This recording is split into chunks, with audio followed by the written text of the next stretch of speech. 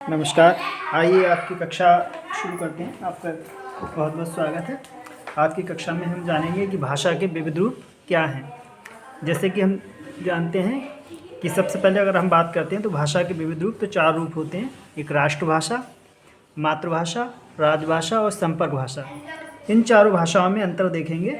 राष्ट्रभाषा जैसे कि हम जानते हैं इसको नेशनल लैंग्वेज कहते हैं। मातृभाषा हमारी मदर टंग, और राजभाषा की अगर बात करें तो राजभाषा ऑफिशियल लैंग्वेज कहलाती है।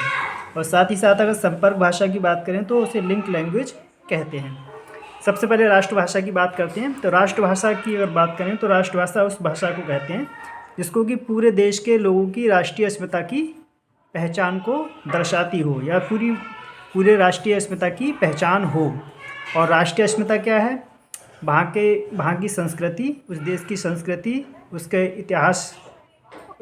इतिहास का परिदृश्य, ऐतिहासिक मूल्य, और साथ ही साथ उस देश के मूल्य क्या हैं।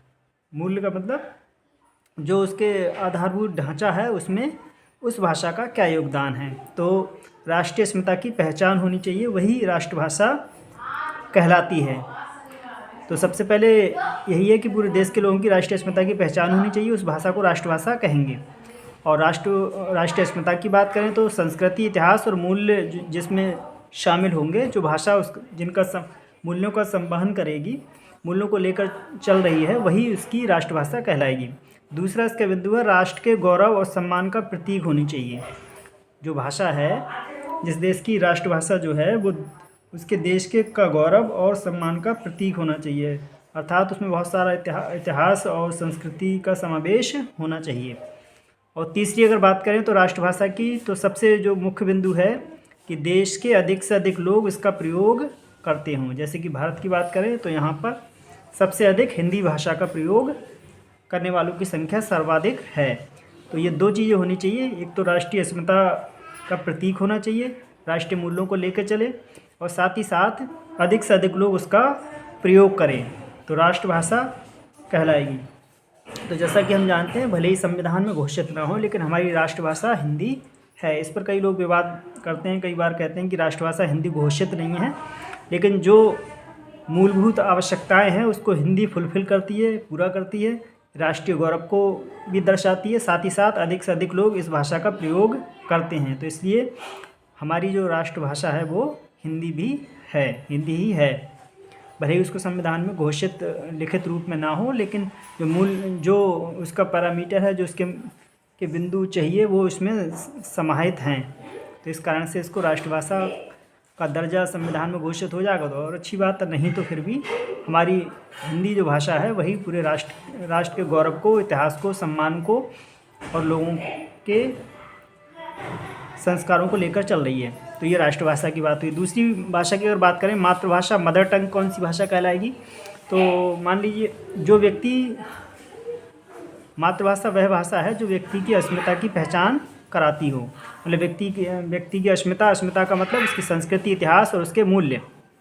तो इसमें मातृभाषा कई बार कन्फ्यूजन वाला प्रश्न आता है कि जैसे मान लीजिए कोई भोजपुरी क्षेत्र में, प्रदेश में कोई बच्चा जन्म लेता है और अपनी माता से भोजपुरी या गढ़वाली या कोई अन्य भाषा सीखता है, और बड़ा होकर वही जो है व्यक्ति किसी अन्य देश में पहुंच जाता है, और वहाँ पर अगर उसकी भाषा पूछी जाती है कि आपकी मदर टंग क्या है, तो वो गढ़वाली, भोजपुरी ना बताकर हिंदी को ही बताएगा। क्यों?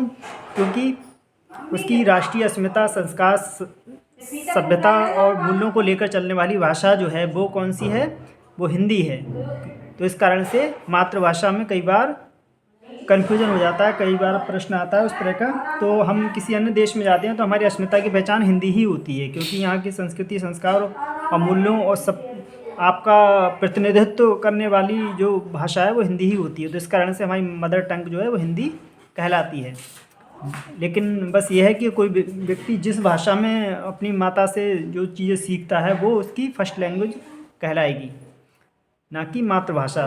छोटे स्तर पर कह सकते हैं, लेकिन बड़े स्तर पर आप जाएंगे तो उसमें मातृभाषा नहीं कहेंगे, क्योंकि वो आपके राष्ट्रीय मूल्यों को लेकर प्रतिनिधित्व नहीं कर रही है। तीसरी भाषा की अगर बात करें तो राजभाषा है, यह ऑफिशियल लैंग्वेज कहलाती है। तो वह भाषा जिसका प्रयोग राजकीय कामकाज में किया जाता है, मतलब सरकार कामकाज में जिस भाषा का प्रयोग करती है वो राजभाषा कहलाती है। तो हमारे भारतीय संविधान अनुच्छेद 343 के तहत जो है हिंदी राजभाषा और लिपि देवनागरी घोषित है, लिखित में है 14 सितंबर 1949 को ही। लेकिन जो है उसमें शर्त लगी हुई थी कि 1965 तक जो कामकाज है वो जिस भाषा में, अंग्रेजी भाषा में चल रहा था वो चलेगा, उसके बाद यथावत अब भी वो शर्त जारी है। लेकिन इसमें यह है कि कुछ संशोधन होते होते कई चीज़ें बदल दी गई हैं, तो बहुत सारी चीज़ें जोड़ी गई हैं। तो उसमें यह है कि हिंदी हार्टलाइन जो क्षेत्र है, इसमें उत्तर प्रदेश, उत्तराखंड, बिहार, झारखंड और मध्य प्रदेश, छत्तीसगढ़ और आपका ये वाला जो क्षेत्र हो गया दिल्ली और हिमाचल और हरियाणा और राजस्थान, ये वाला जो 10 राज्य हैं हिंदी हार्टलाइन वाले, तो उनमें जो है हिंदी भाषा में ही सरकारी कामकाज होता है। उसके अलावा ये का क्षेत्र है, फिर खा क्षेत्र है, वो अलग विषय हो जाएगा। लेकिन इसके भाषा के 3 क्षेत्र बांट दिए गए हैं, का, खा और गा। तो का क्षेत्र हिंदी हार्टलाइन कहलाता है, तो वहाँ पर सरकारी कामकाज अधिकांशतः हिंदी भाषा में ही होता है। तो ये राजभाषा वह भाषा जो कि किसी देश के सरकारी कामकाज में जो प्रयोग की जाती है, वो राजभाषा, ऑफिशियल लैंग्वेज। चौथी भाषा की अगर बात करें, संपर्क भाषा है, तो संपर्क भाषा कहलाती है लिंक लैंग्वेज। तो इसमें क्या होता है, किसी देश में मान लीजिए अलग अलग प्रांतों में अलग अलग भाषाएं चलती हैं, तो एक प्रांत का व्यक्ति दूसरे प्रांत के व्यक्ति से बात करता है या बिजनेस व्यवसाय पर्पस से या नौकरी के उद्देश्य से जाता है, तो वो आपस में किस तरह से बात करेंगे, तो वो तीसरी भाषा में बात करेंगे। मान लीजिए बांग्ला क्षेत्र को कोई व्यक्ति अगर केरल क्षेत्र में चला जाता है, तो उनकी भाषाएं अलग अलग हो जाती हैं, तो किसी तीसरी भाषा में बात करेंगे जो उनके प्रदेशों की मातृभाषा से अलग हो, मूल भाषा से अलग हो। तो उसके रूप में हिंदी या अंग्रेजी में ही संपर्क भाषा होगी।